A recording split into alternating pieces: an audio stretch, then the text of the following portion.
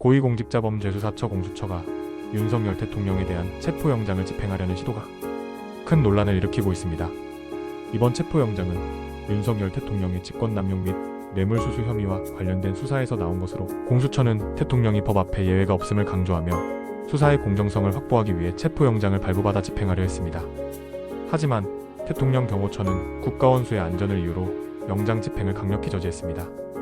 경호처 관계자는 대통령의 신변 보호가 최우선이라는 입장을 내세우며 공수처의 집행 시도에 대해 법적 검토가 충분히 이루어지지 않았다고 주장했습니다. 이에 따라 체포영장 집행은 현장에서 무산되었으며 양측 간의 물리적 충돌은 발생하지 않았으나 긴장감이 감돌았습니다. 더불어민주당은 즉각 공수처를 지지하는 성명을 발표했습니다.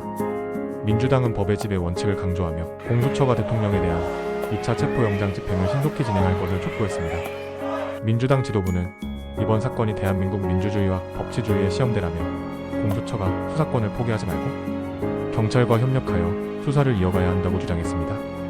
만약 공수처가 더 이상 집행을 진행할 수 없다고 판단된다면 수사 자료를 경찰에 재이첩하여 수사의 연속성을 유지할 것을 요구했습니다.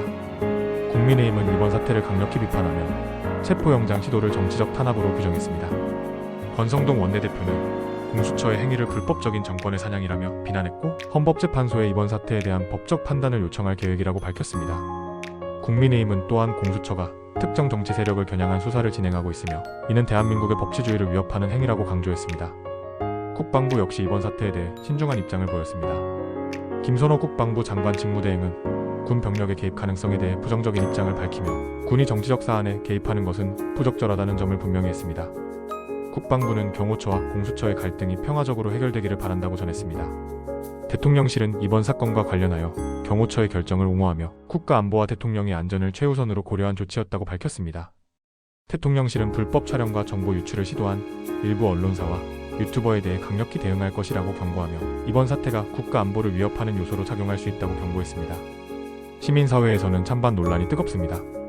일부 시민단체는 대통령도 법 앞에 평등해야 한다는 원칙을 강조하며 공수처의 수사권을 지지하는 목소리를 높이고 있습니다.